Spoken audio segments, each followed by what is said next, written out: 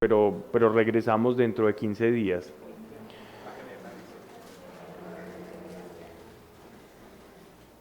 Bien, vamos a darle la bienvenida al Rey, vamos a darle la bienvenida a Dios. Qué bueno es poder contar con Él. Padre, bendito, bendito tu nombre. Gracias por cada persona que está acá.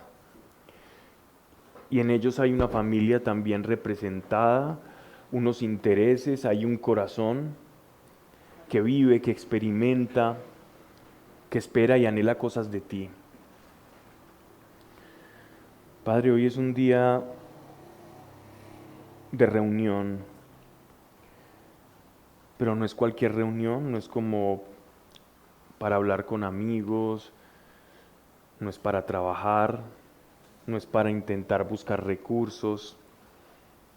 Esta reunión tiene un motivo muy especial y es ser edificados por medio de tu palabra.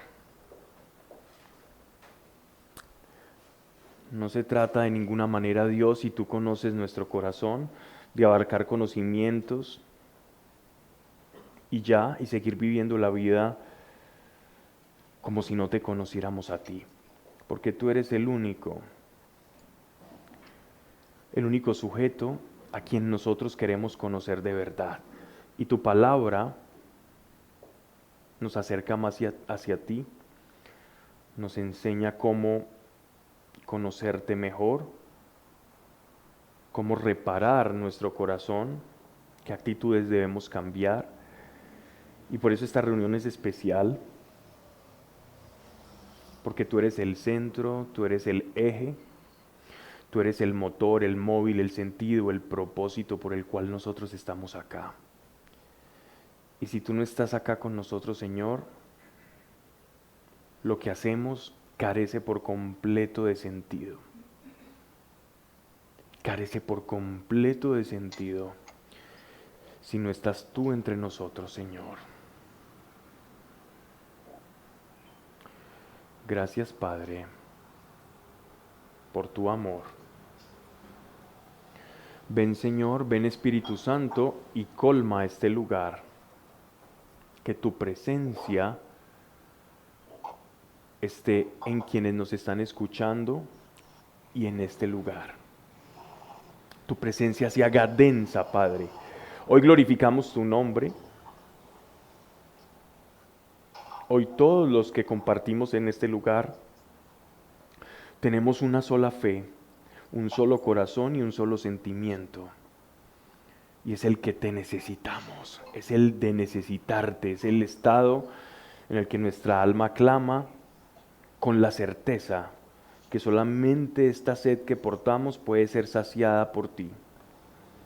Bienvenido eres Dios, Padre nuestro, Creador eterno,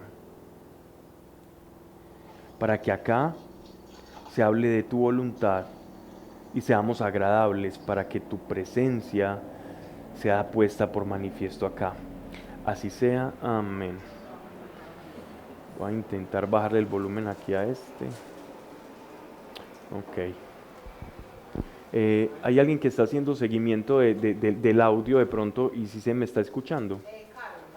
¿Se me está escuchando? Ok, porque le bajé el volumen aquí al computador, no al micrófono.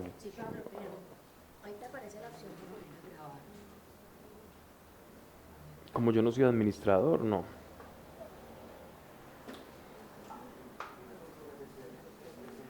Yo soy un foráneo, ahí. Bien.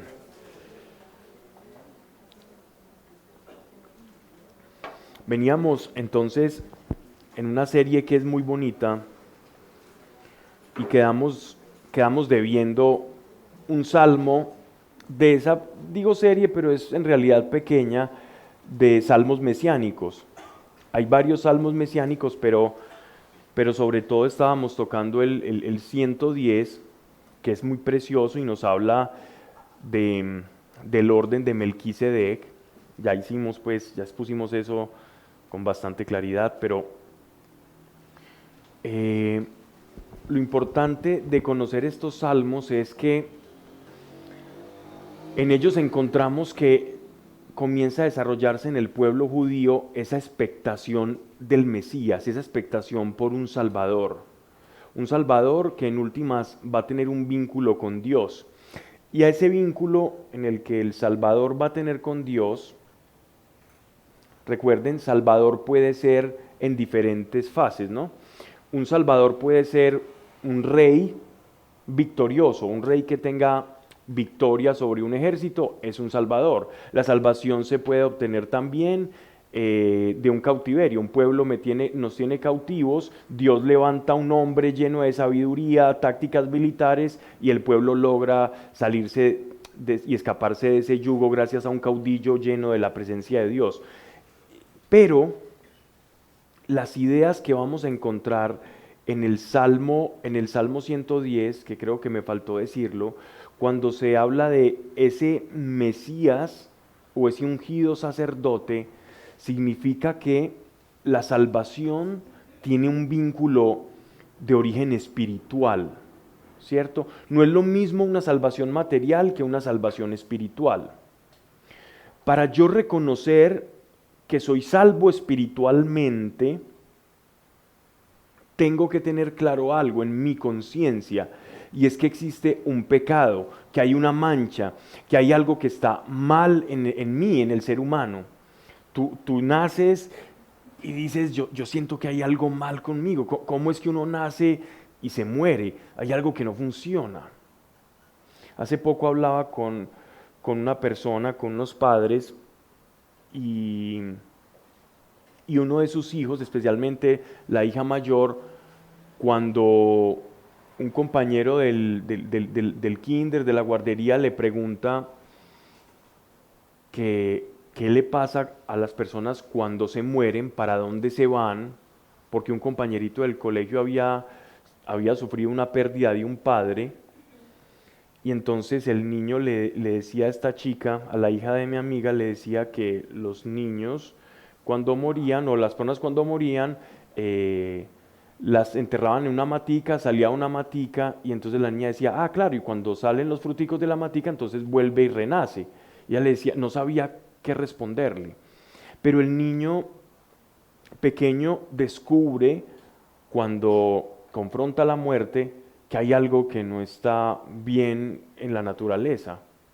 Y es que parece que tenemos un corazón preparado para la eternidad. Bien, la Biblia lo dice, la palabra de Dios dice claramente que Dios ha puesto eternidad en el corazón del hombre, pero en su experiencia cotidiana ve personas morir, ve seres queridos que parten. Entonces, nosotros desde niños vemos la incoherencia de la vida, y la lucha en la vida, nuestra lucha, se transforma en cómo yo le doy sentido a ese sinsentido o a esa incoherencia que es estar vivo. Y busco intentar dar ese sentido y buscar esa coherencia y ese equilibrio ante algo que mi corazón ve que está mal en muchas cosas, en una aparente y falsa idea de progreso. Estudio, luego trabajo, luego familia, luego inversiones, y es una falsa idea de progreso en virtud que mi vida poco a poco pues se va deteriorando físicamente. Entonces, por un lado yo creo que estoy progresando, pero mi corazón sabe que yo voy a tener un día que confrontarme con un momento que se llama la muerte. Entonces, es una incoherencia muy grande, porque nada de lo que hagamos en este mundo va a poder satisfacer o comulgar la idea de sentido, nos va a poder traer un sentido. Nada de lo que hacemos en este mundo, por más que intentemos darle con ello un sentido a la vida, se lo va a poder dar. Y esto, ojo, no es que estoy aquí de existencialista o de fatalista, no, porque nosotros sabemos quién es Dios y que Él entregó esto, pero lo que quiero decir es que desde pequeños nosotros nos damos cuenta que hay algo que nos hace falta, que hay una incongruencia en este mundo, que este mundo no está del todo bien, que hay algo aquí que no funciona. Y es ahí precisamente donde el Mesías espiritual viene a encajar en la humanidad. El pueblo judío ya había conocido un Dios real, un Dios trascendente que se les reveló en el Sinaí, y poco a poco Dios los fue preparando para que ellos fuesen imaginando, idealizando esa realidad trascendente, que existe un Dios, que existe un más allá. Y ellos, en la medida en que iban relacionándose con esta idea del trascendente, estoy refiriéndome al pueblo judío, entonces ya empezaban a hacerse preguntas como, bueno, si Dios es eterno y Dios nos inspiró su espíritu que es eterno, el ruach, el hálito de vida, el aliento de vida, el soplo de vida del cual leemos en Génesis, entonces nosotros hacia dónde nos vamos cuando nos morimos. Pero con la idea de un Dios trascendente, también empezó a desarrollarse como una especie de soteriología o formas en las que ellos se relacionaban con la salvación del alma. ¿Cómo nos vamos a salvar? Y pese a que en los salmos vemos una forma muy primitiva de salvación, ya en el Salmo 110, al ver a Dios como a Jesús, al Mesías como sacerdote, se nos está hablando de un Mesías que nos va a salvar de algo. Y ese Mesías parece que va a sanar la herida de la humanidad. Y esa herida de la humanidad es lo que a nosotros no nos encaja en este mundo. Eso que a nosotros parece no encajarnos. Esa pregunta que se hacía esta niña diciendo, ¿para dónde nos vamos, mamá? Y la mamá no sabía cómo responderle, porque no es muy afín a la fe, pero le impactó mucho. ¿Cómo yo responderle a mi hijo? Sí, tranquilo hijo, nosotros nacemos, crecemos, nos reproducimos y morimos y ya está. Entonces el niño va creciendo y se va a preguntar, bueno, entonces ¿para qué me hablan de obediencia, de amor, de valores? Si igual pues eso no es nada, eso es un día apague y vámonos, ¿ya? Entonces ahí es cuando empiezan las incongruencias y el niño se da cuenta de eso. Por eso un niño fácilmente le hablas de Dios y el niño busca a Dios. Porque el niño que no está permeado todavía de las condiciones naturales, del condicionamiento que a través de la civilización y la enseñanza se le da, el niño naturalmente va viendo las incongruencias de la vida y cuando se le habla de Dios, el niño asume muy fácil que Dios existe. Para un niño es muy fácil asumir la existencia de Dios. No tiene que ver para creer. Cuando nuestro Señor nos dice que la fe nuestra debe ser como la de un niño, no se está refiriendo al infantilismo ni mucho menos. Él se está refiriendo precisamente a que volvamos a conectar con ese estado natural en el que nosotros vemos esa incongruencia que hay en el mundo y que escuchar de Dios no se nos forma un lío, no nos contradice absolutamente nada. Entonces, estos pasajes en el pueblo judío fueron formando esa expectación de un Mesías más que salvador de un territorio, más que un rey gobernante, en un Mesías sacerdote espiritual. ¿Ya? Lo que pasa es que muchos no trascendieron a la idea del Mesías salvador terrenal y se quedaron ahí. Y caso tenemos muy claro, muy concreto, el caso de Judas. Judas Iscariote era un celote y por lo tanto era una persona que esperaba al Mesías. Los celotes eran un grupo que iban a ser como la milicia del Mesías. Ellos se preparaban militarmente, doctrinalmente, para acompañar y entronizar al Mesías. Y seguramente Judas el Iscariote fue uno de los comisionados por esos celotes para estar vigilando la vida de Jesús y ver si él se iba a convertir en ese nuevo rey David. Pero poco a poco en el corazón de Judas empieza a haber una especie de decepción al ver que ese Mesías que él esperaba no se correspondía con ese Mesías espiritual, con ese Mesías sabio, con ese Mesías que anunciaba su muerte, su pasión y su crucifixión. Y ahí fue donde él fue tentado por Satanás.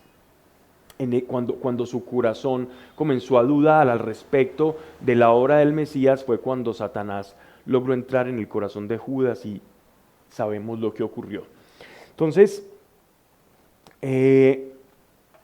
vamos a este Salmo 2, que está muy relacionado con el Salmo 110.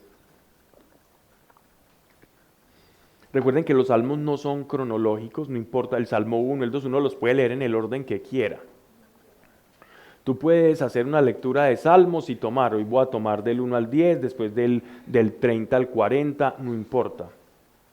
Y a veces, y no están por contenidos, no es que los salmos mesiánicos están del 1 al 15, no. Por ejemplo, miren que estamos viendo que el Salmo 2 es mesiánico y el Salmo 110 también.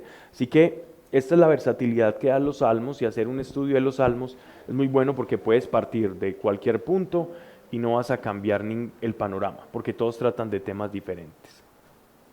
Este salmo es precioso, este salmo es el salmo mesiánico por antonomasia, lo cual quiere decir que es el principio y la raíz por la cual nosotros decimos y afirmamos que existe un Mesías.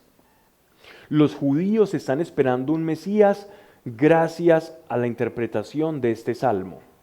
Es tan importante este salmo número 2 que por allá en la Edad Media había un rabino muy famoso que escribió, voy a ver si por acá tengo anotado el nombre. No, Maimónides, no, es muy posterior. Maimónides era sefardita.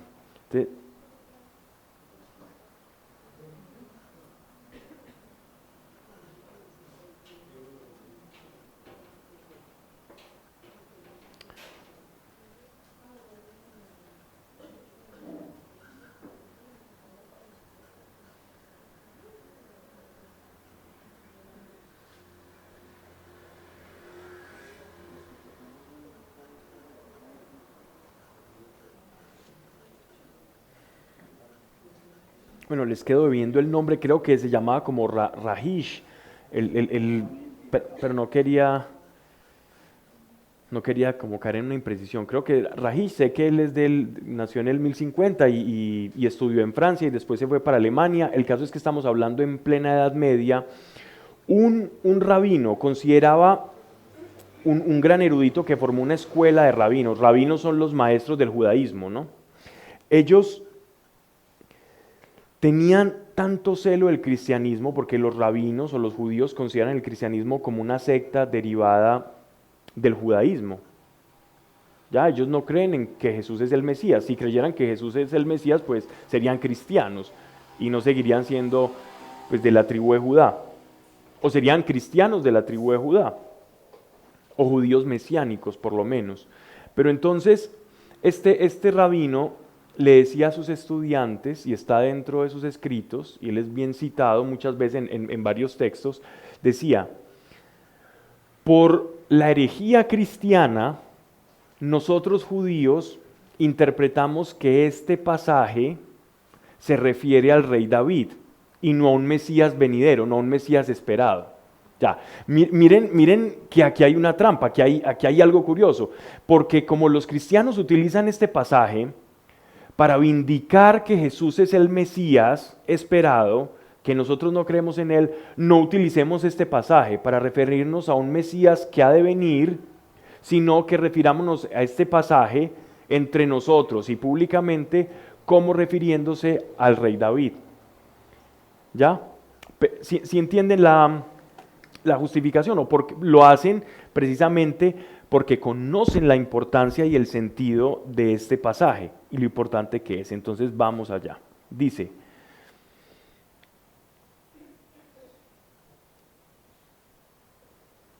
¿por qué se amotinan las gentes? Verso 1 del Salmo 2. Y trazan los pueblos planes vanos. Se reúnen los reyes de la tierra y a una se confabulan los príncipes contra Dios y contra su ungido. Rompamos sus coyundas, arrojemos de nosotros sus ataduras. Esta expresión pues es muy natural del ambiente en el cual fue escrito este salmo. Se presume que es un salmo davídico, pues que es de la era de David y que él es quien lo compuso, este cántico. Pero miren que aquí hay dos ideas fundamentales entre el versículo 1 y el 3. Y es que existen dos planes. Ajá. Ahorita dijiste que los judíos veían este salmo Mesiánico. mesiánico viendo no a Jesús sino a David. No, lo ven mesiánico, pero dicen, para que no los confundan con que ellos están esperando a Cristo y que los cristianos les digan, si ve, este es Cristo, digamos que es el rey David. O sea, Pero si el rey David fue el que lo compuso, o sea, va a componer algo mesiánico de él. exacto, no tiene sentido. Esa es la respuesta de nosotros como los cristianos. Y además esto es considerado como un salmo profético para los mismos judíos. No tiene sentido. Ellos caen en un error, o este maestro judío cae en un error y hace caer en el error precisamente para sacarse encima del argumento cristiano. Pablo, pero este sí lo escribió David. Bueno, lo digo es porque en mi Biblia aparecen los que escribió David. Salmo de David, sí.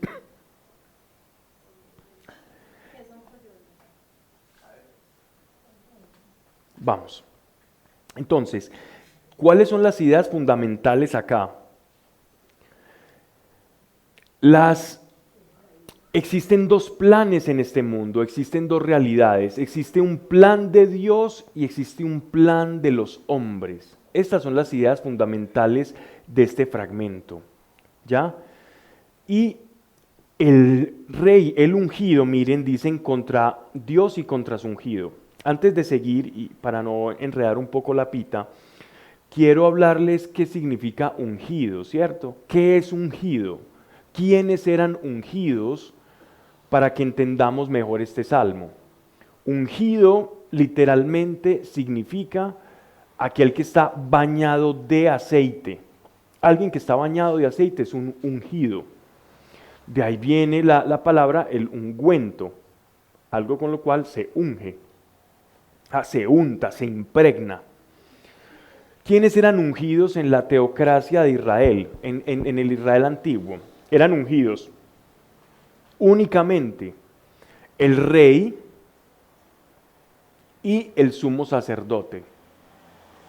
Entonces la unción era para el rey y el sumo sacerdote. El rey era ungido cuando se entronizaba, cuando alcanzaba el trono. Entonces el profeta o el sumo sacerdote vertía aceite en la cabeza en señal de sumisión, de sumisión, no de sumisión, sino de sumisión, y también en señal que su naturaleza debía hacerse compatible con la naturaleza de Dios. Eso significa la unción, una compatibilidad de naturalezas, un grado de sometimiento, de separación. Yo te separo para una obra, te unjo para una obra. Igual era con el sumo sacerdote. Entonces, aquí cuando nos hablan de un contra Dios y contra su ungido, se está refiriendo a alguien que dentro de los planes de Dios tiene una misión especial, ¿vale? Entonces, tal misión tiene que su potestad es una potestad de gobierno sobre todos los reyes de la tierra. O sea, que el ungido del cual nos están hablando es potestativo de toda la tierra. Dios le está entregando toda la tierra. Y nos muestra que cuando una persona está sometida bajo la voluntad de Dios, va a encontrar resistencia. Estas son las ideas fundamentales de este pasaje. Cuando tú estás buscando la voluntad de Dios, no esperes que tu vida sean caminos de rosas con violines y con tapeticos rojos. El caminar con Dios implica resistencia. Porque si estamos en un mundo que va en contravía de Dios y tú vas en la vía de Dios, vas a encontrar resistencia. Porque dos naturalezas opuestas se repelen. Cuando una sustancia es opuesta a otra, va a tener una resistencia.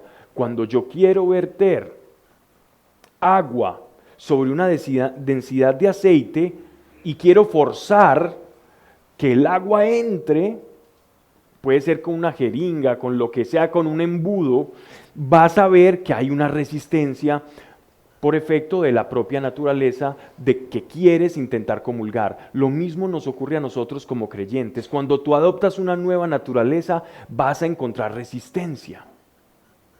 Dios, ¿por qué caminar con Dios es tan difícil? No es que caminar con Dios sea difícil, no volvamos a repetir eso, eso es una mentira. Caminar con Dios no es difícil. ¿Sí? Caminar con Dios no es difícil. Es que desde que yo empecé a caminar con Dios, todo me empezó a salir mal. Es que cuando yo camino con Dios y yo le digo a las personas, es que no, ay, tú estás empezando con Dios y lo que le falta. Eso no es así, me estoy engañando. Me estoy engañando. Caminar con Dios es fácil, es sencillo. Caminar con Dios y querer estar en el mundo como era antes es duro. Esperar que el mundo se comporte de una manera diferente, porque yo estoy caminando con Dios, es locura, es perder el tiempo y es acumular sufrimiento. Por eso lanzo esta advertencia.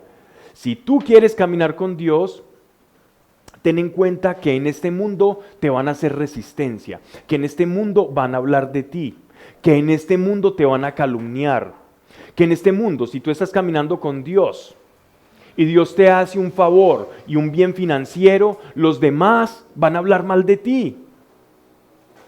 Que si te va mal y no tienes aquel bien financiero, los demás van a hablar mal de tu Dios porque te deja tirado. Y si obtienes un bien financiero, van a hablar mal de ti porque en este mundo caminar con Dios tiene y produce una resistencia. Cuando yo soy consciente de esta realidad, como está siendo consciente el salmista, o este salmo profético, que bien podemos atribuírselo a David o no, porque hay muchos salmos de David, como lo vimos en la primera charla, hay unos que se le atribuyen a David, como de un fragmento hasta acá, otros, lo importante es que está ahí, que es revelación del Espíritu Santo. Vamos a encontrarnos con una realidad muy interesante, y es que el Hijo de Dios, o el ungido, todavía no le hablemos Hijo de Dios, así como lo conocían en el Antiguo Testamento, va a ser resistido. Y si tú eres de ese bando, ¿qué te va a pasar a ti? Te van a resistir. Pablo, pero es que yo no entiendo y por qué hacen esto y las personas por qué son así. Entonces, yo respondo, Salmo 2, ¿por qué se amotinan las gentes y trazan los pueblos planes vanos? Se reúnen los reyes de la tierra y a una se confabulan todos los príncipes contra Dios y contra su ungido. Y si tú eres de ese ungido, vas a sentir que el mundo se viene encima de ti.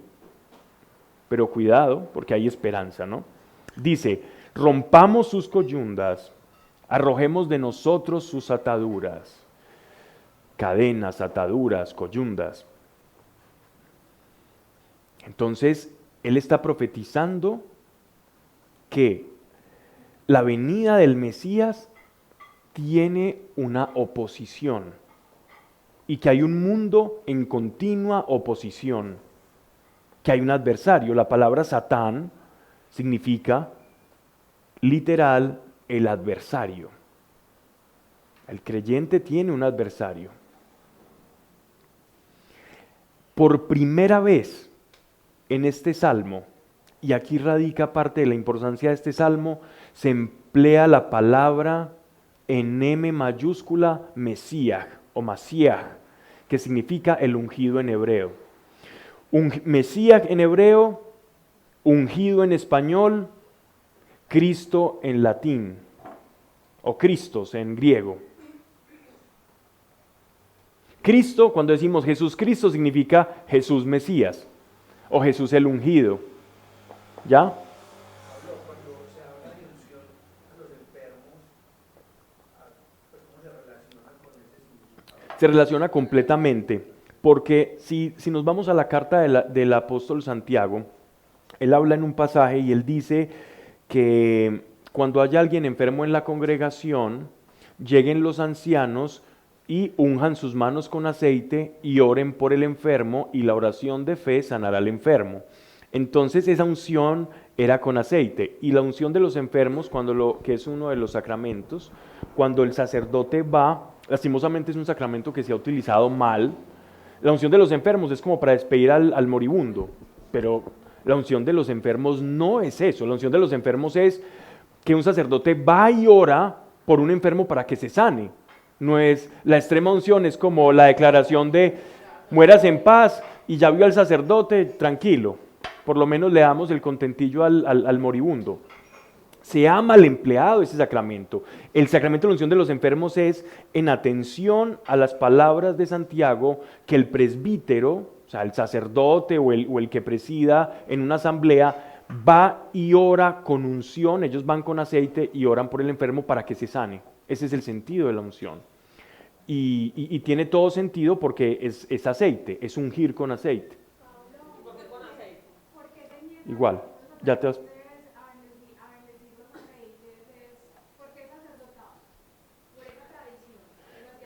No, todo objeto, siempre y cuando no sea como profano, pues, es susceptible de bendición.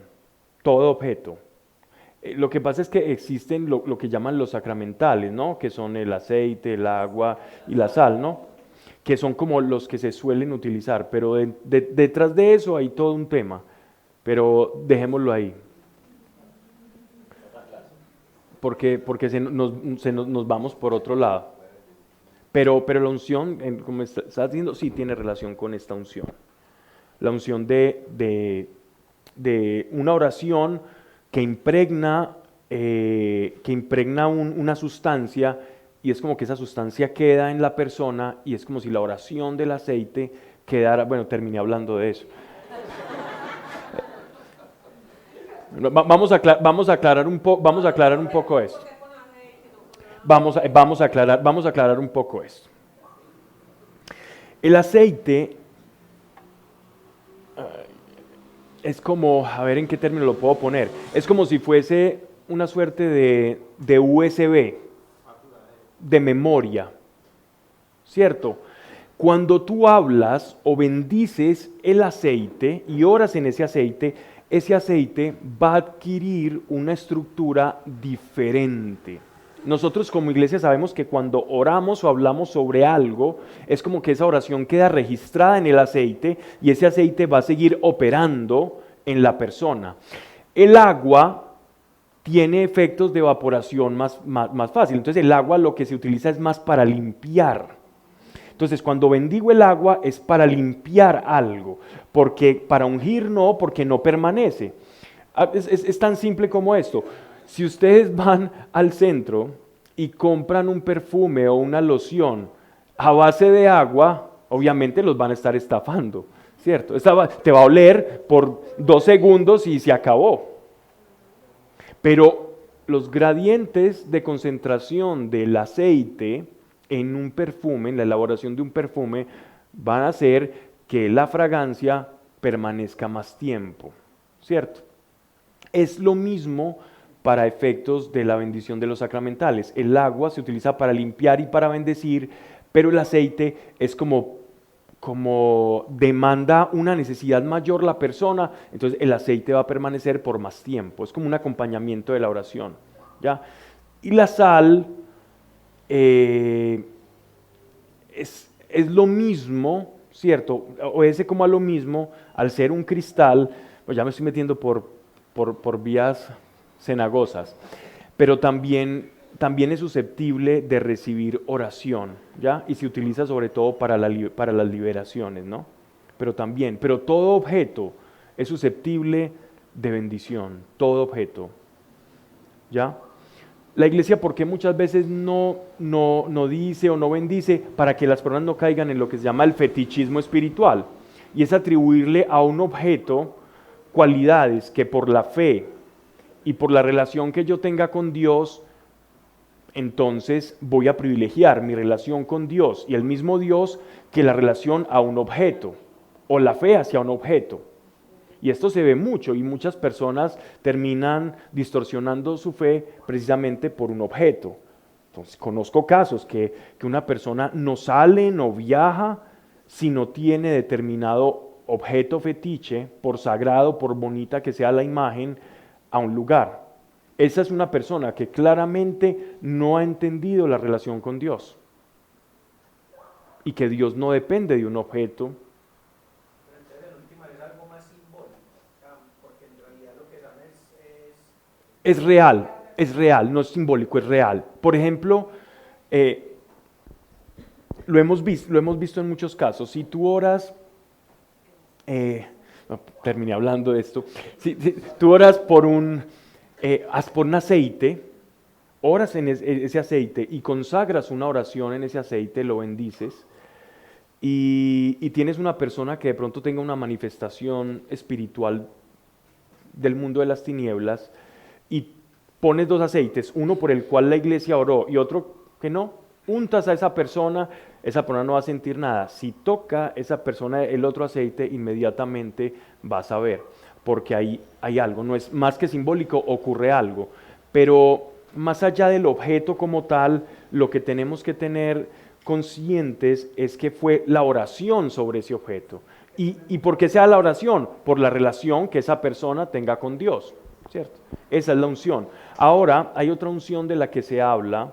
Esta unción de la que se habla es la unción del Espíritu Santo, pero es un término que es más bien moderno. Estamos hablando de la década de los 30 hacia la fecha, o sea, a la fecha actual.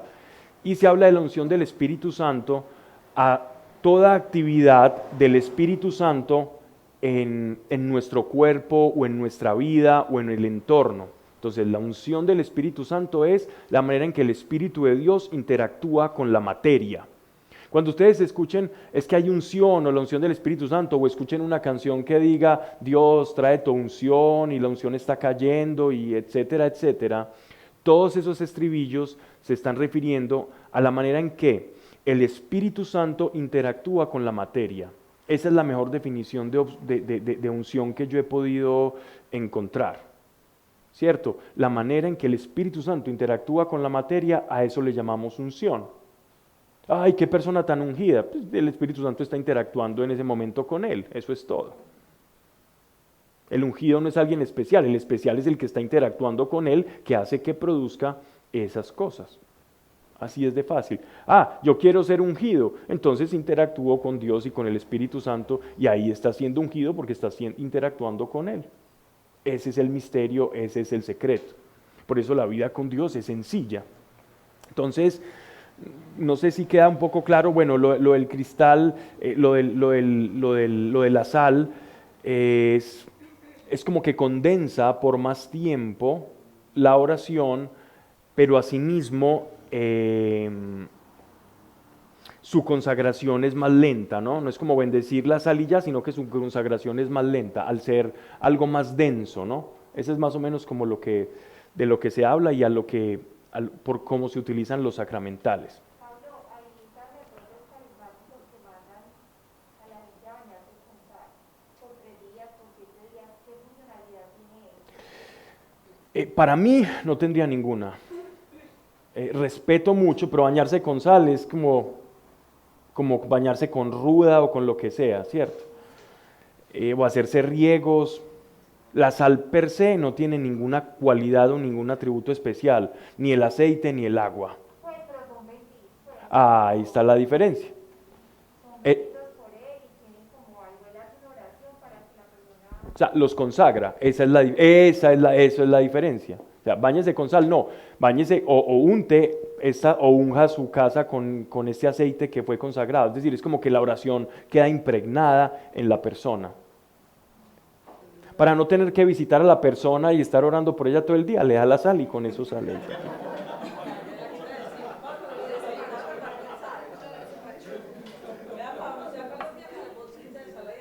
Palabras mal, palabras menos. Bien. Bueno, sal del Himalaya. Bien. El que mora en los cielos se ríe, verso 4. El Señor se burla de ellos. A su tiempo les hablará en su ira y los consternará en su furor. Yo he constituido mi rey sobre Sión, mi monte santo. Ante esta pugna espiritual entre un mundo que contradice la voluntad de Dios y otro que va haciendo la voluntad de Dios, esta es una expresión antropomórfica. O sea, es un ser humano atribuyéndole cualidades humanas a Dios cuando dice el que mora en los cielos se ríe. Es una expresión muy humana para decir simplemente Dios conoce el destino y ya está garantizado que ese rey Mesías, que ese ungido de Israel, que ese Salvador va a triunfar sobre todos aquellos contendores, sobre todos sus contrincantes, sobre todos aquellos que se oponen a su mandato, a su realeza, a la voluntad de Dios en la tierra. Y lo hace con una expresión de el Señor que mora en los cielos se ríe, ¿ya? Como alguien que dice, miren estos sabiendo que ya tienen eso perdido. Obviamente, atribuirle eso a Dios, Dios está en un estado mucho más superior que reírse por unos reyes que están peleando contra el Mesías. Sin embargo, nos muestra que la victoria está garantizada. Y hay algo bien particular, dice, yo he constituido mi rey sobre Sión. O sea, en el Salmo 110 vimos que este rey era también sacerdote, porque era de la orden de Melquisedec. Pero acá es rey, no solo sacerdote, sino rey sobre todos los reyes de la tierra. Y sobre mi monte santo, sobre Sión, quiere decir que todos lo van a ver. Va a llegar un momento en que todos lo van a ver. Ahí no se puede pues como interpretar lo que decía Jesús de derribar el templo y edificarlo desde pues que él iba a ser el templo de Dios. Cuando esa expresión de Jesús,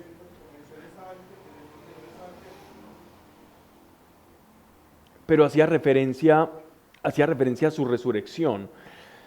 Digámoslo así, que tiene una relación no directa, de manera indirecta, porque él iba a gobernar y todos lo iban a ver en Sión, pero más que a ese pasaje del Evangelio específicamente, se está refiriendo a que él es el gobernante de todas las tierras y que es un gobernante sacerdote y que es el Mesías esperado. Pablo, este salmo mesiánico va como más encaminado a la segunda venida, porque como que me evoca al Jesús en el caballo blanco triunfando. Pues, como al Correcto, rey, correcto, más que al Jesús siervo. correcto. Este va más encaminado al Mesías triunfante que al siervo de Yahvé, o sea, al siervo de Dios. Lo de que Dios se ríe, no hay gente que dice como que la risa en Sí. el ser humano es como una característica de Yo soy uno de los que digo eso. sí, hace 8 días.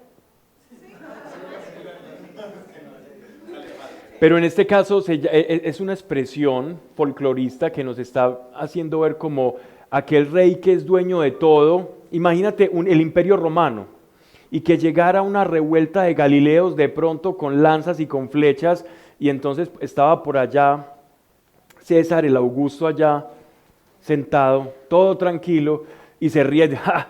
Yo me río de estos pequeñitos que están intentando hacer una revuelta. Es más o menos esa expresión a la que se refiere este pasaje, no a la risa en general como un atributo que puede tener Dios o a la risa como algo que proviene de Dios y que el alma humana posee, ¿no? Sino como a la risa de, me río de estos que creen que me van a hacer oposición sabiendo que yo soy Dios. ¿Ya? Pablo, acá como escriben territorios y hablan de Sion, Ujú.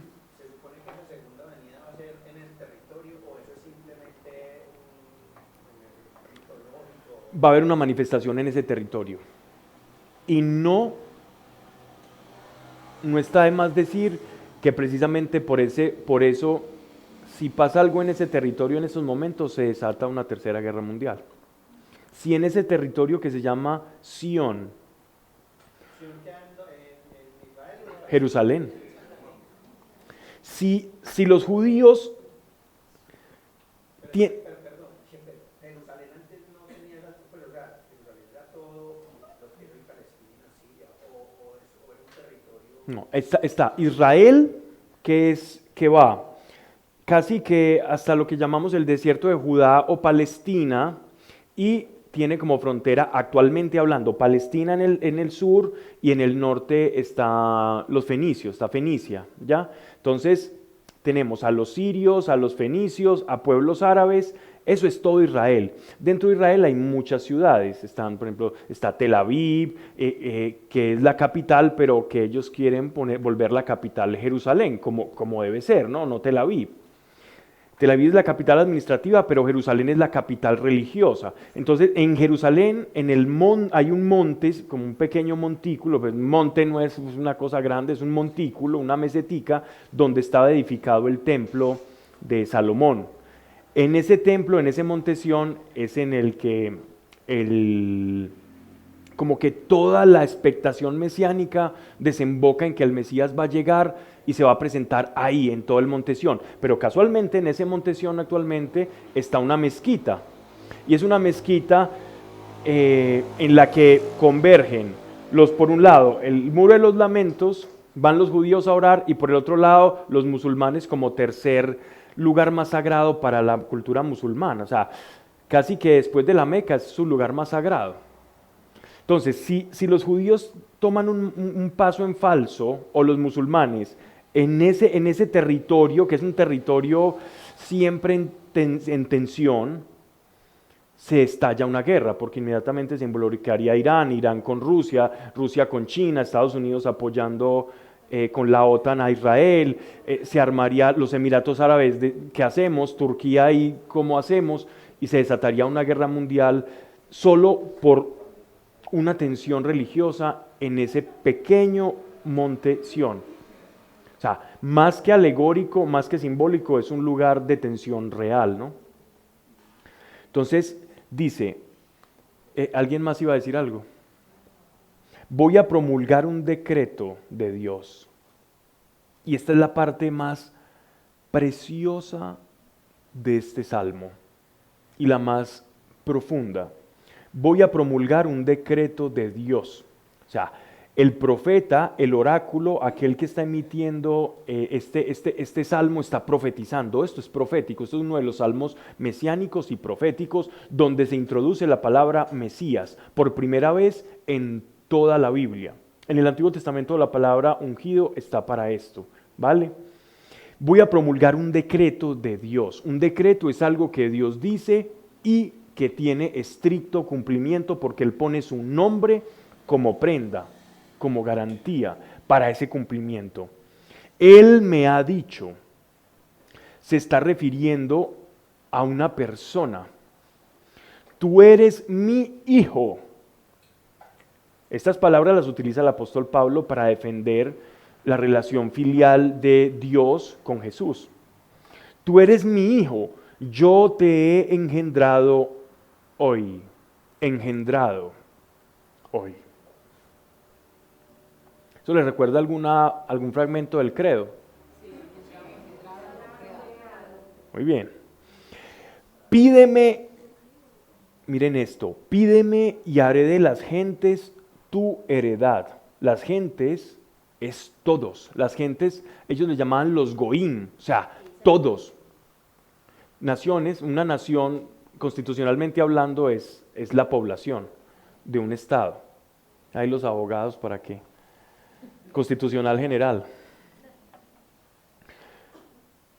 Y haré las gentes tu heredad. Te daré en posesión los confines de la tierra. Los regirás con cetro de hierro y los romperás como vasijas de alfarero. Miren que dentro de los salmos que hemos tocado mesiánicos, se nos va desenvolviendo y se nos va como descifrando cuál es la verdadera naturaleza de ese ser llamado el ungido y el Mesías. Y es que vamos compilando como diferentes atributos. El primer atributo es que es sacerdote de la orden de Melquisedec, pues el primero que nosotros vimos, porque si este es el Salmo 2, este sería el primero. Pero miremos en este caso, de la orden de Melquisedec, o sea, tenemos un sacerdote que viene de Dios, no es un sacerdote por linaje, porque mi papá era sacerdote y bueno, yo soy el hijo de mi papá, entonces ya me ponen y me coronan como sacerdote. No, a este Dios mismo lo nombra sacerdote. 2, dice que es rey sobre todas las naciones. O sea, un sacerdote de Dios y reina sobre todas las naciones. Y para colmo, si ya la dignidad que ostentaba este ser que estamos desenmascarando, que le llaman Mesías o ungido, ahora nos dicen, tú eres mi hijo, yo te he engendrado hoy. 3 aspectos de la naturaleza de Cristo. Es hijo de Dios, es sacerdote de la orden de Melquisedec y es rey. Rey, sacerdote e hijo de Dios. Primogénito del Padre, según dice el apóstol Pablo, ¿no? Y nosotros creemos, ¿ya? Hablo como si no lo creyera, no, lo creemos. Tú eres mi hijo, yo te he engendrado hoy. Bien, ¿cómo contestaría un judío a esto, no? ¿Cómo contestaría un judío al hecho que Dios, al que ellos mismos no le llamaban por su nombre, sino que ellos se referían a él como, o se refieren actualmente como Hashem, que significa el nombre, o sea, algo completamente, una fuerza tan poderosa y tan impersonal, y somos tan guiñapos, tan pequeños al lado de él, que la única forma que tenemos para pronunciar su nombre es Hashem, por respeto, y no incurrir en un pecado contra el primer mandato, que es no pronunciarás su santo nombre en vano, no jurarás en vano. Para no afectar ese mandamiento, ellos se curan en salud y dicen Hashem, de una manera más impersonal. Pero entonces, ¿cómo respondería a eso? Bíblicamente hay respuestas, ¿no? La palabra hijo de Dios no aparece por primera vez en este salmo.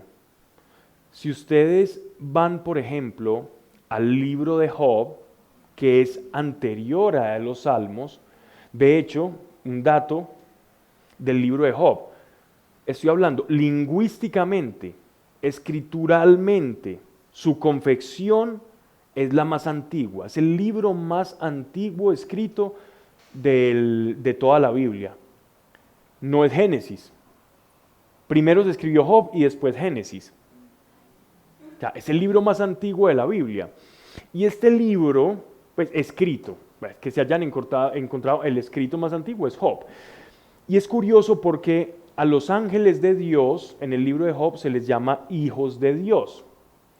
Cuando van los hijos de Dios y van como a hablarle pues de Job y dicen que ellos van como supervisando la tierra y hay como una especie de asamblea con Dios, a ellos se les llama los hijos de Dios.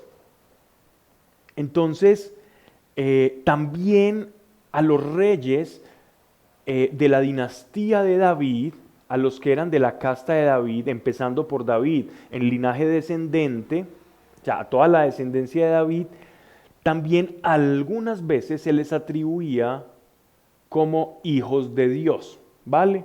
Entonces un judío podría decir, no, Jesús, ese Jesús que ustedes hablan, no es hijo de Dios, simplemente como los cristianos intentan forzar que Jesús viene o procede de David, entonces le dicen hijo de Dios, como ellos o como nosotros concibíamos la casta de David.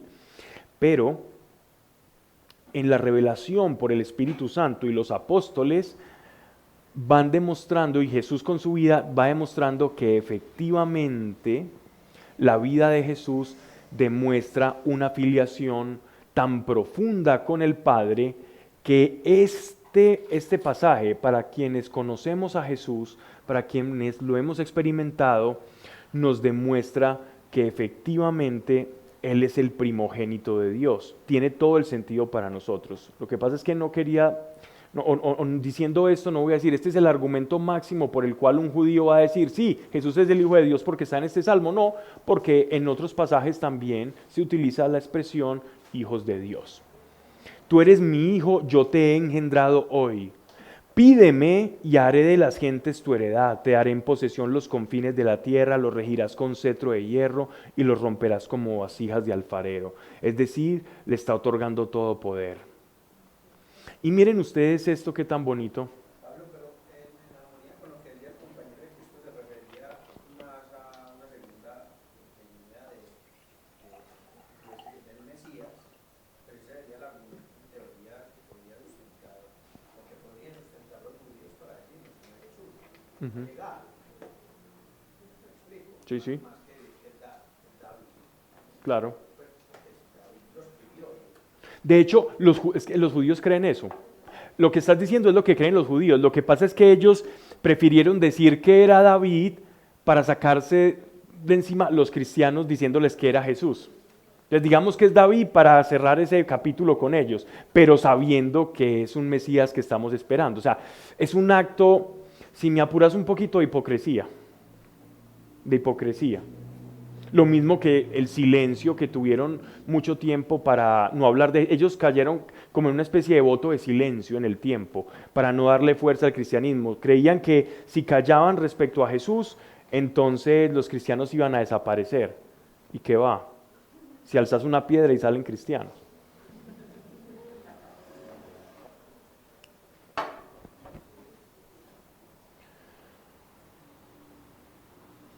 Esta expresión cetro de hierro significa justicia. ¿No les recuerda un poco esto al libro de Apocalipsis? Cuando leíamos Apocalipsis,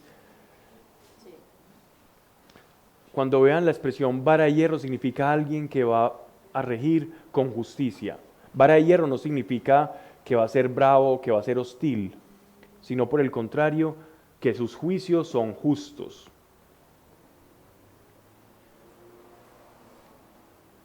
Esto es muy fuerte lo que se dice acá, es muy fuerte, porque nos da a nosotros la garantía de que Jesús es quien dice ser.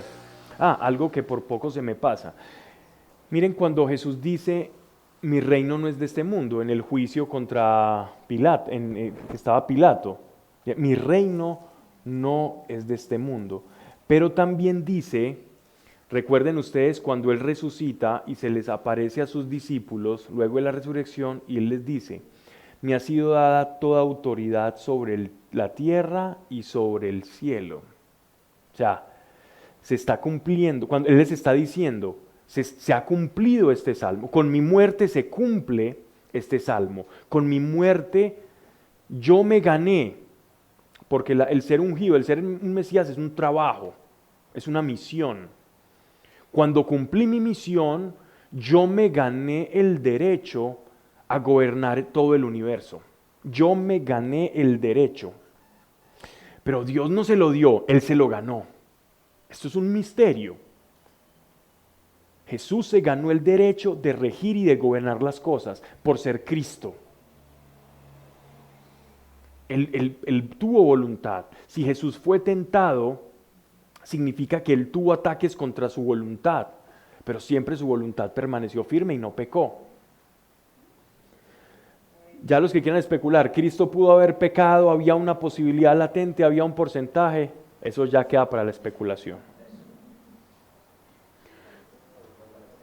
Ahora pues, verso 10, oh reyes, obrad prudentemente, dejaos persuadir, rectores todos de la tierra, o los que dominan o gobiernan en la tierra, servid a Dios con temor, rendidle homenaje con temblor. De aquí viene la expresión con temor y temblor. Servir a Dios con temor y temblor. Esa expresión que quiere reflejar, sabiendo que hay un Dios que todo lo ve. Todo lo que yo hago, nada le es oculto a Dios. El temblor es la forma en la que yo dirijo mi vida, sabiendo que cada acto tiene una consecuencia. A eso se refiere el temblor, que te tiemble la mano para hacer lo malo, que yo sienta temor para hacer lo malo. Temor y temblor.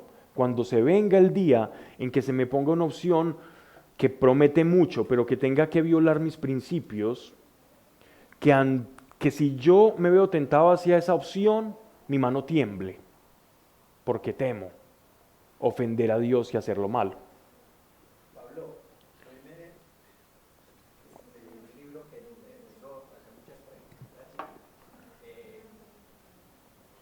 Y una de las preguntas es por qué la Biblia siempre nos hace ver a Dios como alguien que puede castigar, que no le temor a Dios, Ajá. sabiendo que es nuestro amigo, nuestro Padre, o sea, que es benevolente, pero siempre hay un fragmento de la Biblia que nos dice hay que tener temor de Dios, de que lo hace a mi papá. Ujú. ¿Me explico?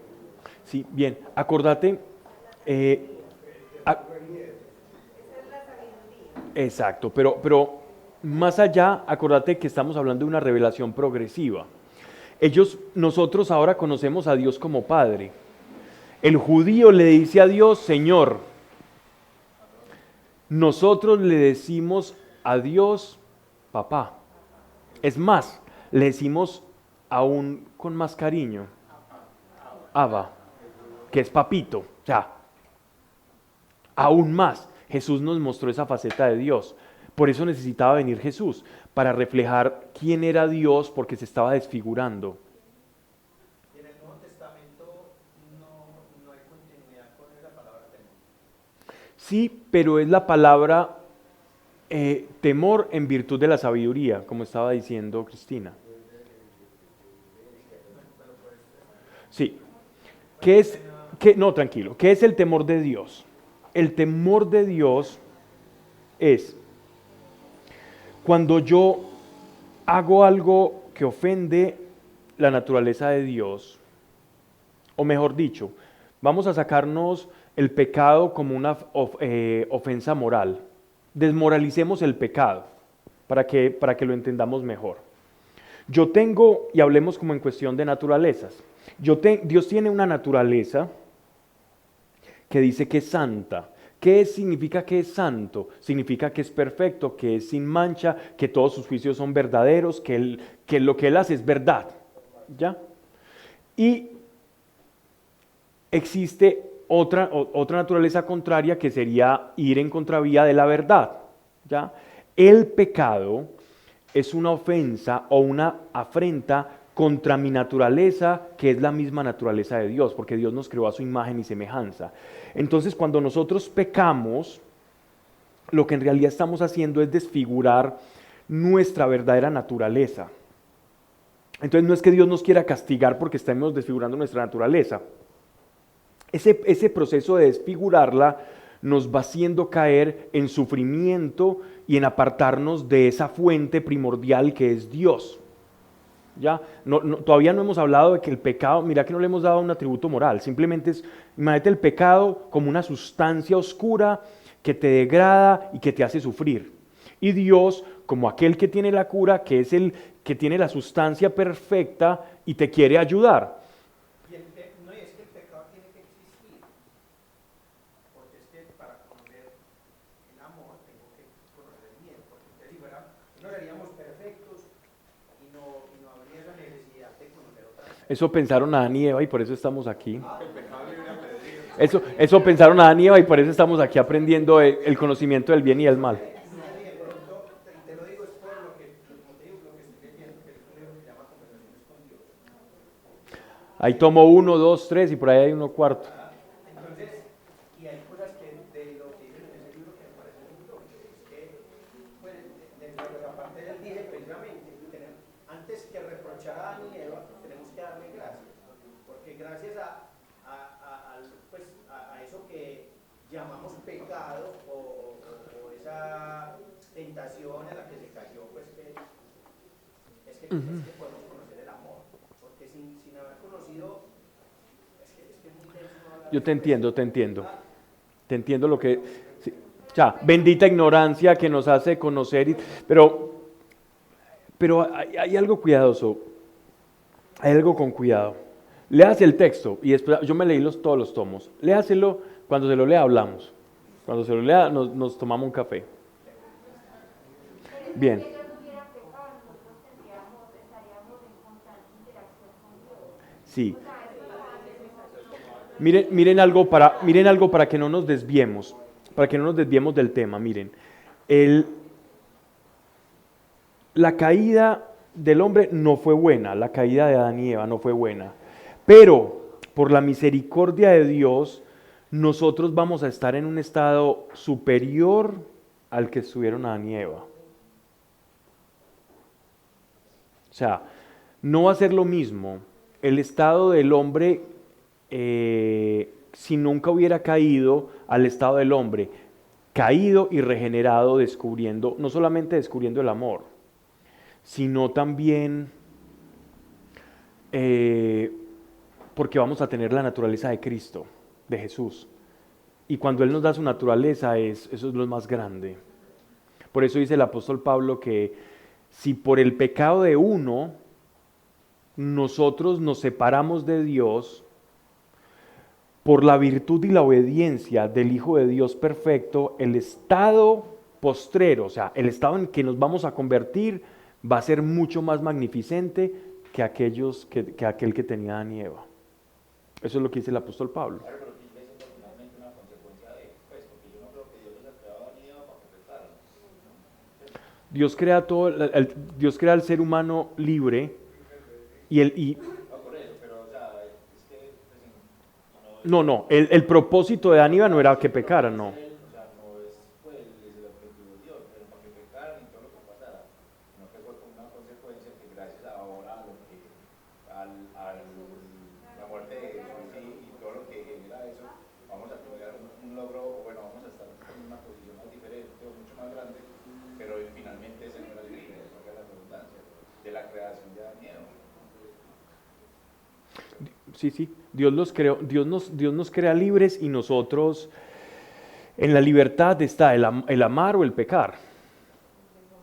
Y ahí nos debatimos toda la vida, todo el tiempo, en cada decisión que tomamos. Ahora pues, oh reyes de la tierra, verso 10, obrad prudentemente, dejaos persuadir, rectores todos de la tierra, servir a Dios con temor radiante, homenaje temblor, no se aire y caigáis en la ruina, pues se inflama de pronto su ira, venturosos los que a él se confían. Eso es una forma, en ese lenguaje de la época, en la que se está refiriendo, es mejor estar y conocer la voluntad de Dios que irse en contra de Dios. Es simplemente eso, en términos muy militares, ¿no? Entonces miren ustedes este salmo tan maravilloso, ¿vale?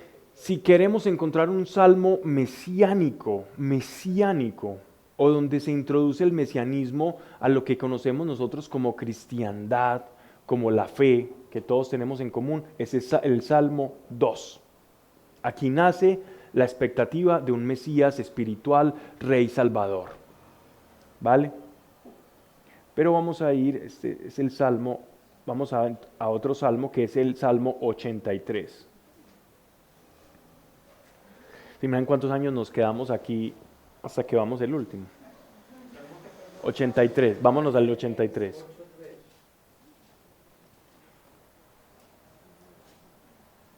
Ese salmo ya tiene un matiz muy diferente.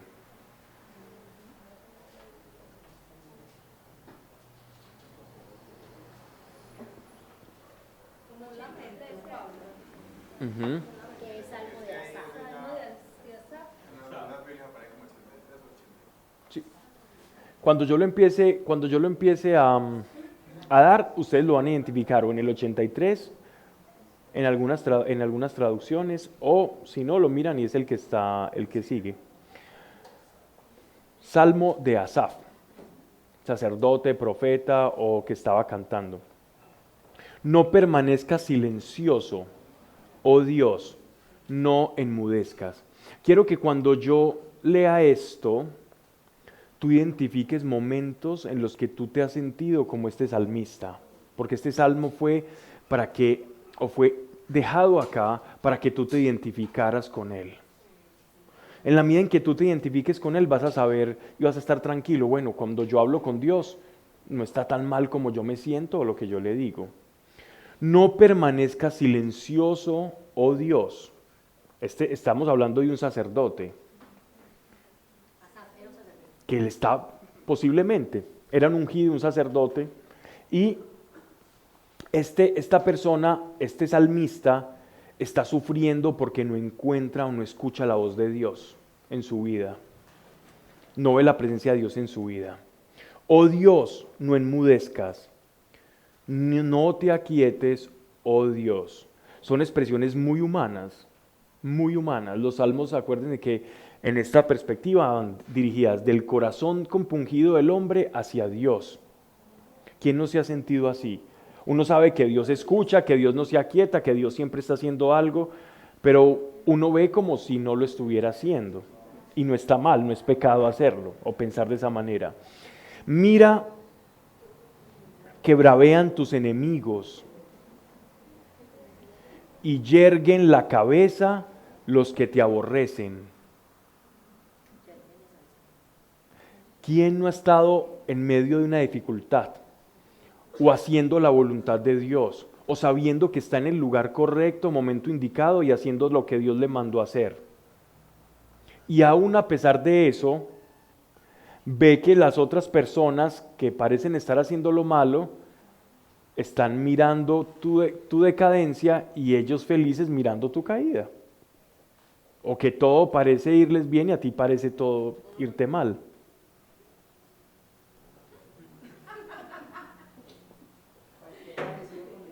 Espero no identificarnos mucho ni muy a menudo con este salmo. Tienden acechanzas a tu pueblo y se conjuran contra tus protegidos. Dicen, venid y borrémoslos de entre las naciones. No haya más memoria del nombre de Israel. Pues todos a una se han confabulado, se han ligado estrechamente contra ti. Esto tiene un matiz muy especial, y es que si tú eres hijo de Dios, si tú caminas procurando hacer la voluntad de Dios en esta tierra, en esta vida, los planes de Dios y los tuyos, tarde que temprano, se van a ir unificando. Eso es hacer la voluntad de Dios. Y en esa perspectiva, si te hacen algo a ti, se lo están haciendo a Dios. Pablo, a mí personalmente hay algo que me cuestiona y es cuando pienso en los enemigos. ¿Cierto? El Evangelio nos enseña a orar y a amar a los enemigos. También pensamos en que hay personas que no son hijas de Dios. Hay personas que hijas de Dios no todas son hijas de Dios. Bueno, no pienso otra vez como desviar el tema, pero cuando en estos salmos uno escucha como esas expresiones De justicia, clamando justicia. quisiera también que cómo conciliar esos sentimientos con lo que es Jesús. Perfecto. Es una muy buena pregunta y de hecho, al final de este salmo iba a dar esa respuesta. Es decir, iba a contar que este es como que este lenguaje como... se me pierde la expresión. Sí, este pasaje de clamar victoria, de clamar justicia, que era muy frecuente, volvemos a lo mismo que tanto hemos hablado. Estamos leyendo un pasaje del Antiguo Testamento y la moral y la espiritualidad evangélica en la revelación progresiva todavía no se ha puesto de manifiesta. Así que esta era la moral superior para la época.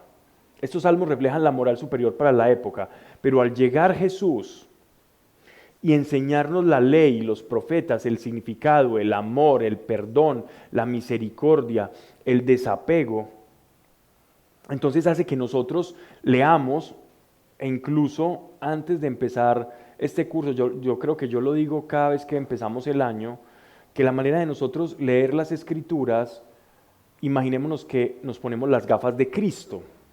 Yo lo he repetido mucho, cuando tú te pones los lentes de Jesús y lees este pasaje, lo tienes que leer con los lentes de Jesús. Nosotros tengo actualmente, lo que pasa es que hace tiempo no hablo con ella, una amiga con la que viajamos, dimos charlas y pasamos mucho tiempo, y nosotros de cariño mis amigos y yo le pusimos, pues Juan Esteban y Santiago, cuando íbamos a dar charlas, le decíamos la señorita Antiguo Testamento. Porque cada vez que venía como un problema o una persona en contra de ella la veíamos por allá, y era bien chiquitica. Y se iba y se hacía en un rinconcito, se arrodillaba y empezaba a clamar justicia. Dios, haz justicia, haz justicia. Entonces no le pagaban en el trabajo después de que se había esmerado y se había matado. Dios, haz justicia, hazme justicia, hazme justicia. Y de ahí se llevó la chapa, la señorita Antiguo Testamento. Nosotros le decíamos, ora para que se conviertan y no te pongas a pedir justicia. Qué pesar, porque después Dios les da justicia, si es eso lo que tú quieres ver, y ellos no cambian su corazón y piensan y van a seguir igual y su corazón no va a cambiar. No creo igual que Dios les iba a justiciar porque ella lo pedía, pero era una forma de orar como que no trascendió ese mensaje. Pero estamos hablando de una persona inspirada por el Espíritu Santo, con la enseñanza que tenía de la época y que ve el carácter retributivo de Dios. O está en una angustia y le está diciendo a Dios, estamos siendo avergonzados, tú eres el Dios que nosotros hablamos, estamos en vergüenza, no nos dejes caer en vergüenza. Esa es la petición, ¿no? Pablo, a mí me ha pasado muchas veces que hago oraciones que se parecen a estos años y digamos que son mis oraciones más genuinas y recibo, o sea, y siento que por ser genuina, pues que no quiere decir que sea la mejor. Yo le digo a Dios, ¿por qué si soy tu hijo estás permitiendo que esta persona me haga esto? ¿Por qué estoy pasando por esto si yo estoy tratando de seguir tu camino, de tomarte de la mano? ¿Por qué yo? Porque obviamente Dios después me dice como pues, esos también son hijos míos, ¿cierto? Pero permite eso porque a propósito de la oración genuina, del corazón genuino, yo siento que escucho la respuesta de Dios precisamente porque mi corazón es genuino en ese momento y es eso lo que siento. Y cuando yo encuentro en la Biblia que David pasó por esos momentos por los que yo paso hoy, es como que, bueno, eso hace parte de mi relación con Dios. Me siento normal. Me siento Si le pasó a David, pues. Claro, pero es como que, bueno, no soy perfecto y a veces le pido a Dios como que anule a toda la gente que me está haciendo daño. Y lo he hecho porque digo, bueno, si soy tu hijo, tanto me amas, ¿por qué está pasando eso? Qué buena claridad, Eduardo. Incluso un poco a lo que estás diciendo añado algo. He visto personas orar en todo este tiempo y una mujer orando porque su esposo le había hecho algo malo y le había maltratado, no físicamente, pero sí de muchas formas. Y entonces esta mujer oraba y decía, Dios, que él se dé cuenta y que le dé todo el daño que me ha hecho, pero lo hacía de manera genuina, era la expresión de su corazón. Pero pero nunca se desconectó de Dios en su oración, porque la oración es el momento en que nosotros destapamos el corazón. Y es que todo lo que hay en el corazón no es bonito. Pero lo importante es destaparlo. Todo lo que hay en el corazón no es bello, pero destápelo. Esa mujer, después de la cuarta oración, después de decir lo mal que quería que le fuera a su esposo para que se diera cuenta del daño que le había hecho, terminó diciendo, Dios que te conozca, yo lo perdono. O sea, una vez desatoró aquello, corazón cañería, desatoró, ya el Espíritu Santo comenzó a poner oración, pero el Espíritu Santo solo va a poner oración en ti cuando encuentra una oración genuina. Y lo genuino a veces es malo. Pero el Espíritu Santo, que es el pedagogo del alma, el tutor del alma, el profesor del alma, no va a dejar que tú permanezcas en algo que te va a hacer mal en el futuro. Y te va a hacer, lo que llama rearguir tu corazón. Te va a hacer ver que está mal y va hacer que tu espíritu ore en sintonía con la voluntad de Dios para que lo que sobrevenga en ti sea lo correcto. Entonces, los salmos los debemos entender en esa dirección. Expresemos lo que hay en el corazón. Y este salmo lo traje por una pregunta que hizo Geraldine hace 2 charlas atrás. Para traer un salmo de cómo nos sentimos en estas situaciones, cómo somos nosotros. Esto es, así es. Esta es nuestra naturaleza. Realmente sí somos muy distintos a ellos, hasta el rey David. Pues somos mucho más afortunados porque tenemos el Espíritu Santo. Total. Total. Ya nos cambia la naturaleza, pues la nueva naturaleza. Ellos tenían una conciencia de un Dios completamente retributivo. Dios, yo estoy con ustedes. Si estos me hacen esto, Señor, venga mi causa. Haz venganza sobre mi causa. Nosotros pedimos de otra manera. Por eso decían que caigan 10.000 a mi derecha, 10.000 a mi izquierda. Qué bueno que ya hice esa aclaración para lo que viene a continuación. Verso 10. Hazle como hiciste a Madián, a Sísara y a Yavín, que fueron exterminados en Endor y vinieron a ser estiércol de la tierra. Ese es el reflejo del corazón del salmista. Todo. Correcto. Trata a estos y a sus jefes como a Oreb y a Zeb, como a Sebac y a Salamaná y a todos sus príncipes, que dijeron: apoderémonos de las moradas de Dios. Trátalos, Dios mío, como a hoja arrastrada por el torbellino, como a pajuela llevada por el viento. Y cantando en hebreo, ¿no? Como abraza el fuego la selva y como quema las llamas los montes. Persíguelos así con tu tormenta, atérralos con tu huracán. Cubre su rostro de ignominia y busquen tu nombre, oh Dios. Sean para siempre confundidos y aterrados, sean llenos de vergüenza y perezcan. Y reconozcan que tu nombre es Dios y que solo eres el Altísimo sobre toda la tierra. Si notan, entonces, la Biblia y los Salmos, acuérdense que en la primera charla, puedes recitar este Salmo, lo puedes recitar con vehemencia.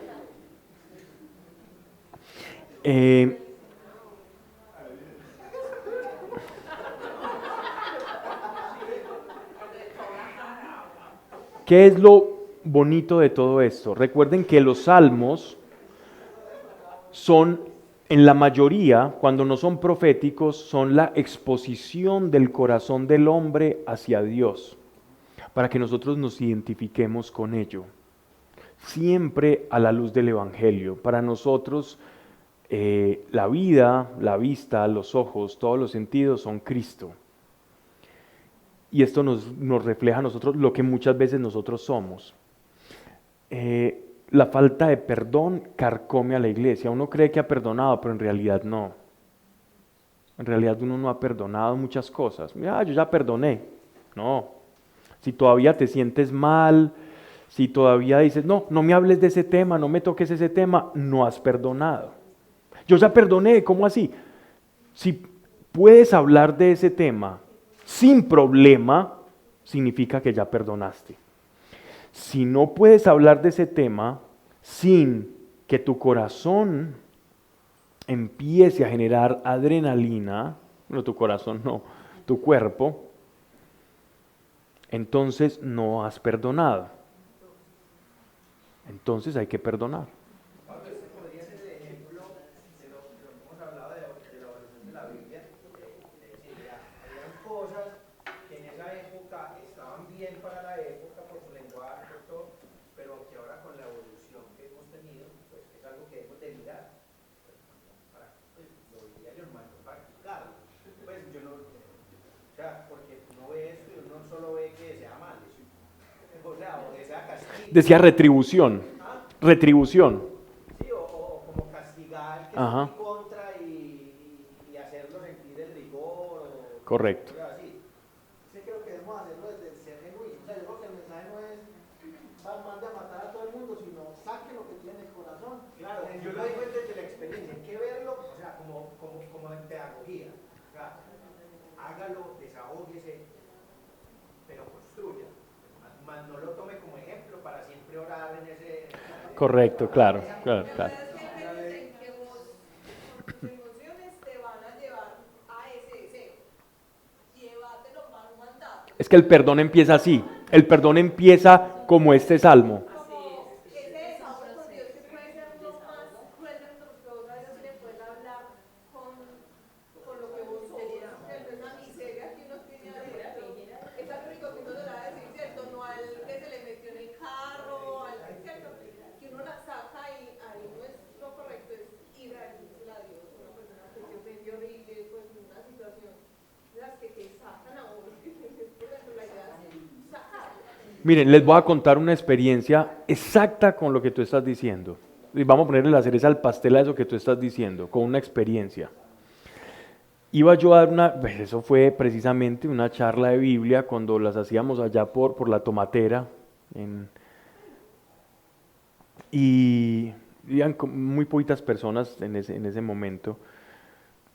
Y yo iba con muy buen tiempo, iba subiendo por Oviedo, donde hay como personas que van a hacer como la U hacia Oviedo. Yo venía por el puente de la 4 Sur, subiendo, y yo venía haciéndole señas a un taxista para que me dejara cruzar, porque yo no sé por qué tenía que desviarme por ahí. Entonces yo venía haciéndole señas, le hice así, le sonreí, hice todas las cosas, había así por haber.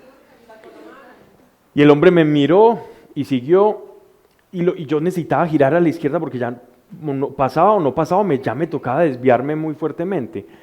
Y el hombre, cuando vio que yo estaba como pidiéndole vía, lo que hizo fue pegarse más al que iba adelante en la loma.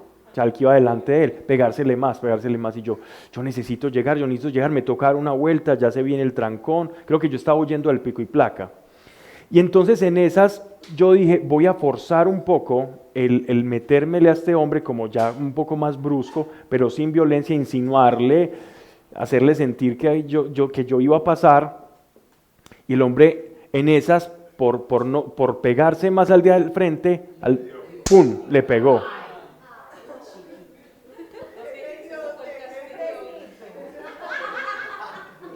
Se reconfortó su corazón.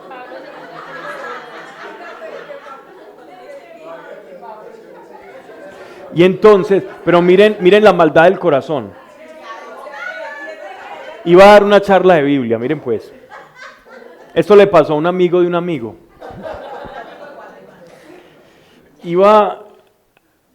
Cuando pasé, claro, él chocó, entonces ya generó una congestión, y yo como estaba al lado y él chocó allá, yo pasé.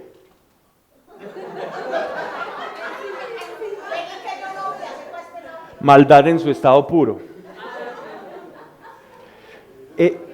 Eso es una tontería, ¿cierto? Eso en realidad es una tontería, pero eso refleja lo que es nuestro corazón. Eso ocurrió hace como 8 años. Eso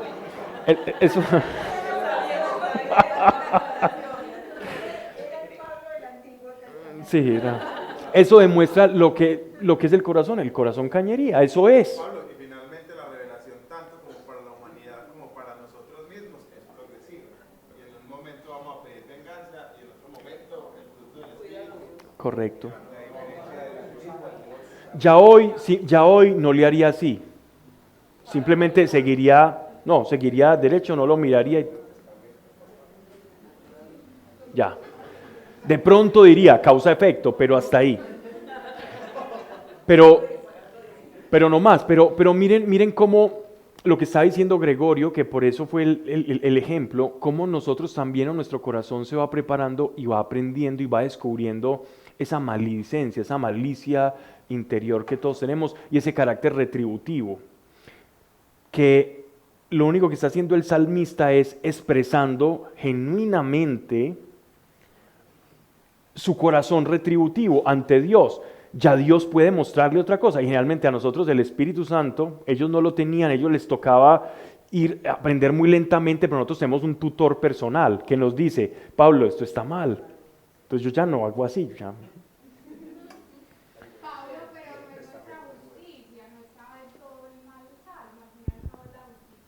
No está del todo mal, ¿qué, perdón? Pues cuando leemos en ese sentimiento los salmos, porque realmente son muy bonitos, es un reflejo de lo que somos. Y cuando lo hacemos, estamos reclamando no nuestra justicia, sino la justicia de Dios. A mí me pasó. Claro. En una etapa de mi vida le estuve escribiendo algo de justicia, pues no era la justicia que yo me imaginaba. Pero sí entendí que era la justicia de Dios porque Él en cierta ocasión fue y limpió mi nombre. Ujú. Por una circunstancia muy tensa. Entonces, cuando invocamos esa justicia, también entender que es Sí. Pero la justicia de Dios que el salmista está pidiendo es la justicia de Madián, Císara, la de Sodoma y la de Gomorra. Eso es fuego del cielo. ¿Saben cuál es la justicia? Esa pregunta se las voy a responder para sintetizar eso. Exacto. La justicia de Dios es la cruz del Calvario. Y pare de contar. hay un salmo que sí dice, hazme justicia. Sí. Y las, pues no dice Pero hazme justicia es, si yo digo, Señor, hazme justicia, es la misma oración que decir, Señor, hágase tu voluntad en esta situación. En el Viejo Testamento la justicia es la mano muerta. Correcto, En el Nuevo Testamento la justicia es el perdón. correcto. Pero sí, pero fue la mano fuerte también, sobre Cristo. Porque en el Viejo es Sí, no, a ver, la justicia, lo que estás diciendo es correcto, simplemente le añado algo. La justicia en el Nuevo Testamento la recibió, o la retribución de la naturaleza caída del hombre la recibió Jesús en su cuerpo. O sea, fue violenta, pero la recibió Él para que nosotros no la recibiéramos. Fue el filtro, correcto. O sea, sí hubo dolor, sí hubo sufrimiento, pero él lo pagó por nosotros. O sea, la justicia es la cruz, como decía Manuela. La justicia de nosotros es la cruz. No es que nos caiga lo de Sodoma y Gomorra. Cuando a ti te diga el demonio, no, pero es que usted tiene que pagar por esto, ¿usted qué le va a decir? Mire la cruz. Ahí está la justicia. Pablo, pero dice eso porque Dios también a nosotros como hijos nos cuida demasiado en el mundo, o sea, y uno ve la mano de Dios como en contra del enemigo que uno tiene a veces. Sí, claro. O sea, Dios se mete y te cuida. Por ejemplo, el choque del taxi. O sea, uno ahí puede ver como que... ¿Te gusta el Antiguo Testamento, Marianita? No es eso, pero Dios a veces sí, uno sí puede ver a veces la mano de Dios Sí. sacándote enfrente de Avante, sí, y ocurre, eso le pasó al apóstol Pablo, pero mire que ellos muchas veces salían apedreados, hablaban de ellos y ellos salían felices, porque se sentían bienaventurados. Entonces el cristiano con cara gana y con sello también. Sí, el cristiano es Jalisco no te rajes, si me apedrean, estoy feliz y le digo a Dios, gracias.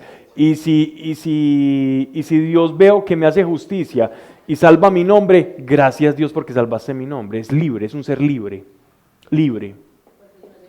Pablo, pero es que conocemos la historia de Dios pues desde el inicio, como un Dios que protege a su pueblo pues precisamente de sus enemigos. Entonces este es algo pues en sí lo conocían como en el Antiguo Testamento, como un Dios que los salva pero de sus guerras, de sus conquistas, Correcto.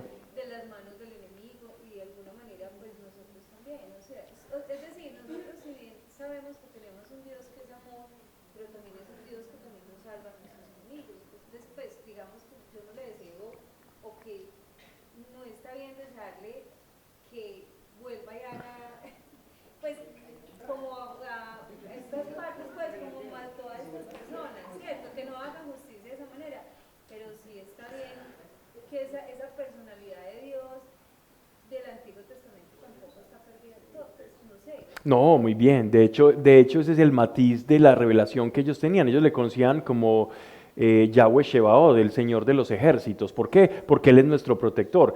Y si quieren vemos otro salmo que habla del guardián de Israel, el vigía. Ellos lo veían como el guardián. Entonces aquí ellos están viendo cuando llega, este pasaje, este salmo está dirigido hacia los sirios, cuando ellos estaban siendo invadidos por los sirios. Entonces ellos decían, esta gente que no cree en ti y nos están humillando y todo eso, Señor, haz valer tu nombre porque que vean que estás con nosotros. Es como si fuera un padre con sus hijos, ¿cierto? Y Claro. un papá, pues como vos que los papás, yo no soy mamá, pero me imagino que también los papás muchas veces pues lo van a proteger con sus manos y toca, pues si alguien les va a hacer daño, pero al mismo tiempo también va a ser el protector, el padre que los va a Correcto. cuidar cuando lo necesitan. Entonces yo no creo que esa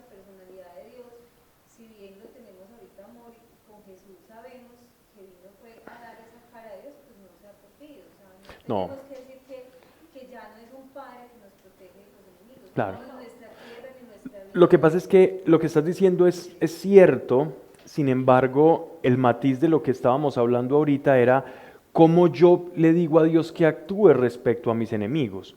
No es que Dios no sea protector, sino cuál es mi papel frente a mis enemigos. El papel frente a los enemigos es Dios que le pase lo de Sodoma y Gomorra, o Dios perdónalos porque no saben lo que hacen, ¿cierto? ¿Qué oración es mejor? Si Jesús nos enseñó a orar, la oración más adecuada es, Señor, perdónalos porque no saben lo que hacen, que te conozcan. Pero la oración de todos los días es, Señor, protégeme de mis enemigos. Ya, entonces tenemos por un lado un Dios protector, pero la actitud hacia los enemigos cambia, ¿ya? Hacia Dios nosotros tenemos la misma actitud, pero hacia los enemigos es lo que cambia, hacia el prójimo, no hacia Dios, que esa fue la revelación del Sermón del Monte. Ama al Señor tu Dios con todas las fuerzas de tu corazón, de tu mente y de tu alma, y añade, y al prójimo como a ti mismo. O sea, el enemigo es un prójimo, y ahí es donde cambia mi oración, porque ya no solo soy yo con Dios, y los demás, si están con Dios bien y si no también. Es que en la calidad de hijos de Dios, pues si tengo miedo porque me persigue, porque por lo que sea que pueda hacer un enemigo, pues yo simplemente le digo a Dios, pues matar, pues no sé, o sea, defenderme con las herramientas que yo tengo. Es diferente. Defenderme y acabar, Okay. o sea, terminarlo, desaparecerlo de mi presente, ¿cierto? Es como ante el miedo la reacción que puedo hacer. Ya que él verá si con fuego del cielo o retirándolo, ¿cierto? Es mejor. Ujú. Hablamos de enemigo, es un término inhumano, ¿cierto? Porque Dios no tiene enemigos, porque todos somos hijos de Él, independientemente de que estemos o no en el camino de Él, Ujú. seguimos siendo sus hijos. Ujú. O sea, les digo, yo soy un hijo, yo lo conozco, pero el camino de Él, Ujú. el camino de Él, budista, entonces, yo no puedo, pues una interpretación. Sí, está bien. Pedirle a Dios que castigue un hijo de Él. Ujú. Yo le digo, protégeme de él. Pero no, o sea, porque cuando yo pido justicia, o clamo justicia, indirectamente estoy pidiendo castigo. Pues puede que sí o puede que no, porque como dice él, puede ser una justicia concedida desde el Nuevo Testamento, una justicia concedida. Les voy a contar otro caso. Otro caso del repertorio. Un hombre al que amo profundamente y admiro en el Señor. Era terrible, era tremendo, terrible personaje antes de conocer a Dios. Su esposa conoció primero a Dios. O sea, primero empezó a entablar una relación con Dios, recibió al Espíritu Santo y empezó a caminar con Dios. Pese a que ella... Vea lo que están hablando de mí. No.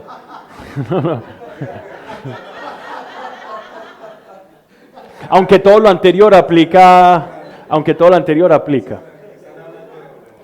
aplica lo que le quiero, lo que le... Bueno. Lo que ocurre con esta persona es que mucho tiempo orando por su esposo y el esposo cada vez más calavera, cada vez más perdido. Y de pronto ella comienza a ver que su esposo, por una sanidad física, empieza a abrir su corazón a Dios. De tal suerte que la mujer que oraba por él y que incluso, según ella cuenta, hasta tentativas de asesinarlo llegó a tener. Ya se pueden imaginar, yo recuerdo que a alguien sabio decir, téngale miedo a dos cosas en la vida, a una mujer herida y la otra se las dejo, pero por lo menos a esta.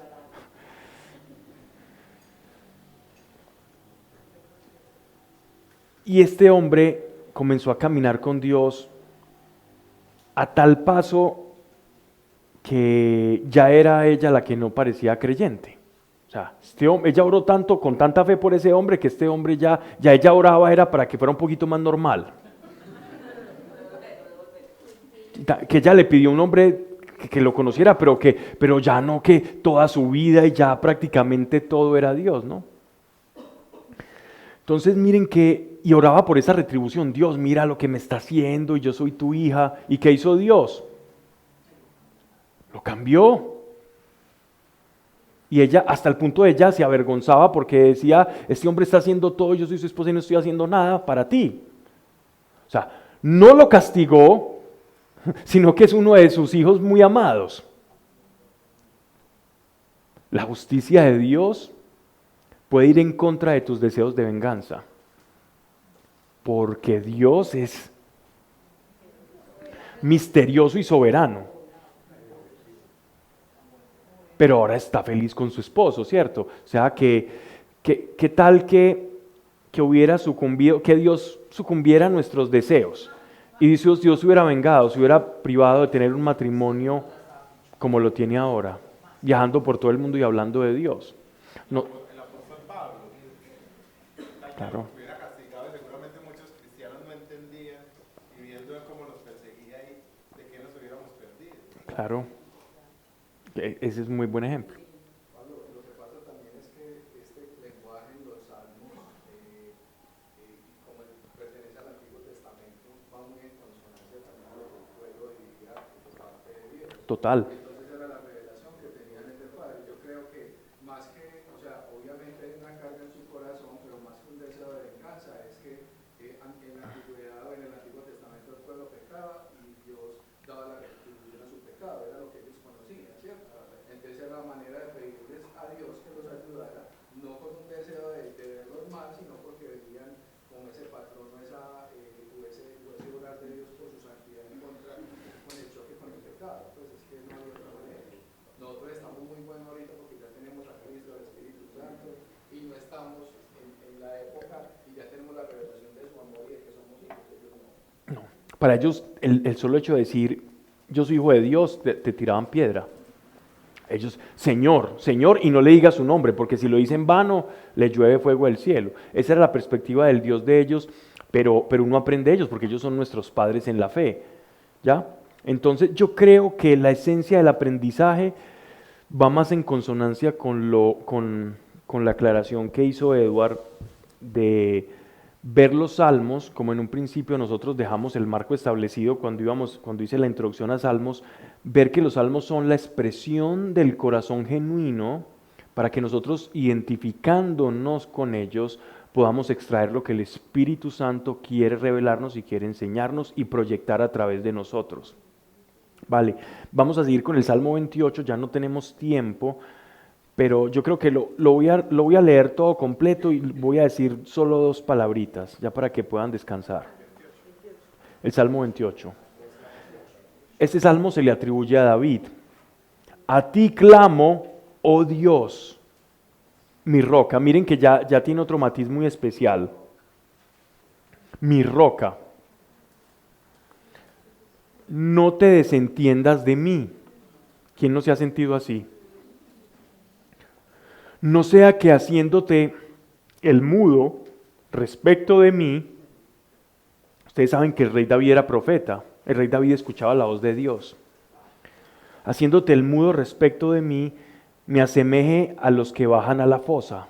A esta fosa, la expresión es Sheol. Aquí ya ellos empiezan a ver eso que les digo como sobrenatural, como ese lugar, como de la tumba, como que no hablan. Oye la voz de mis súplicas cuando clamo a ti y elevo mis manos a tu santo recinto. O sea, es un rey desde su palacio orando con las manos alzadas, como hacían los sumerios, los babilonios, todos los semitas, oraban con sus manos levantadas, como intentando alcanzar lo inalcanzable, y muchas veces nosotros oramos así sin darnos cuenta, buscando a Dios como de superación, como de alcanzar algo.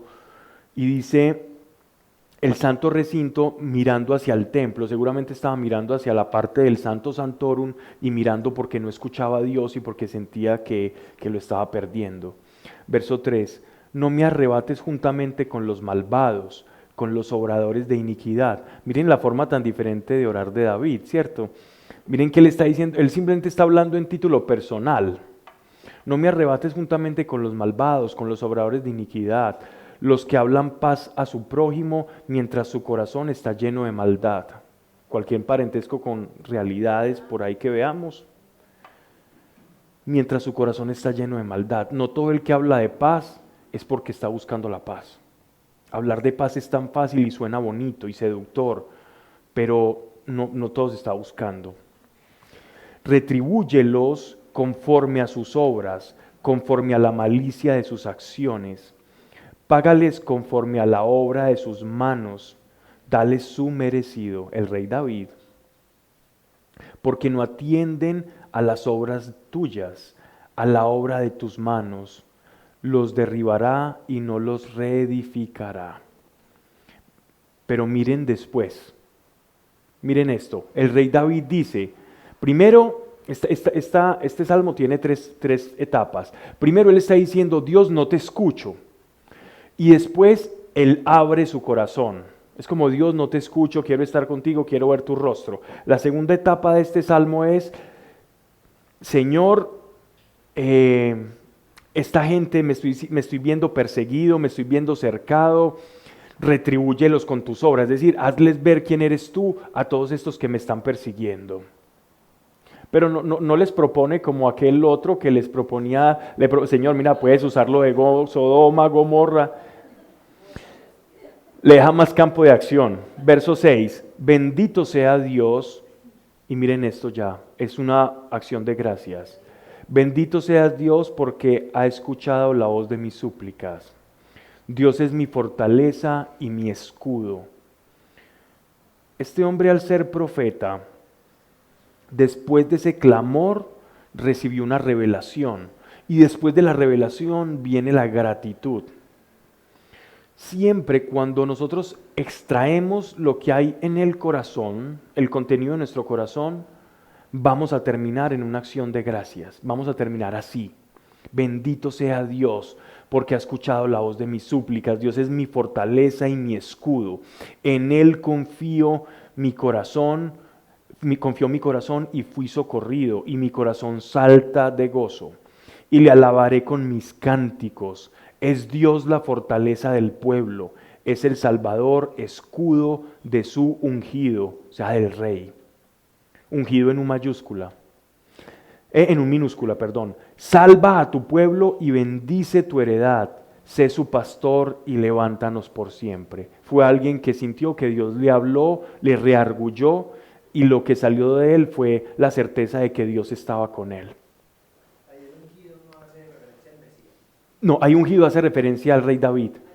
A tu ungido, porque como él fue ungido por Samuel, o sea, fue separado para ser rey, entonces se está refiriendo a esa unción. Pero si notan en el Salmo 2, ungido está con un mayúscula, porque se refiere a alguien que va a venir y que va a ser rey de toda la tierra. El rey David fue rey de un imperio, pero un imperio relativamente pequeño. Vale, quería traer estos salmos para que viésemos matices de diferentes salmodias, diferentes cánticos y expresiones del corazón. Pero quedémonos sobre todo con esta forma en la que el rey David, después de expresar genuinamente un deseo de retribución, por no decir venganza, pero es lo mismo, ¿cómo termina el salmo? Bendiciendo y glorificando a Dios, y con la certeza y la revelación de este salmo, que Dios es nuestro escudo y Dios es nuestra fortaleza. O sea, te puedes lamentar, puedes pedir retribución, pero si no llegas a la revelación, entonces te vas a quedar sin conocer cuál es la voluntad de Dios y sin recibir verdaderamente lo que Dios te quiere decir respecto a tu condición o a tu problema, porque Dios quiere hablar a tu problema. Vamos entonces a orar, ya dejando estos 3 salmos leídos. Padre eterno, Dios, gracias, porque con esto aprendemos, Señor. Aprendemos tantas cosas. Y vemos cómo tú en el tiempo nos has ido revelando tu rostro, una faz diferente de todas tus caras. Y en Jesucristo es como que de golpe te revelaste perfectamente a través de un cuerpo de hombre. Y en esa revelación perfecta demostraste que amas a la humanidad con locura, locura que te llevó a morir y a sufrir.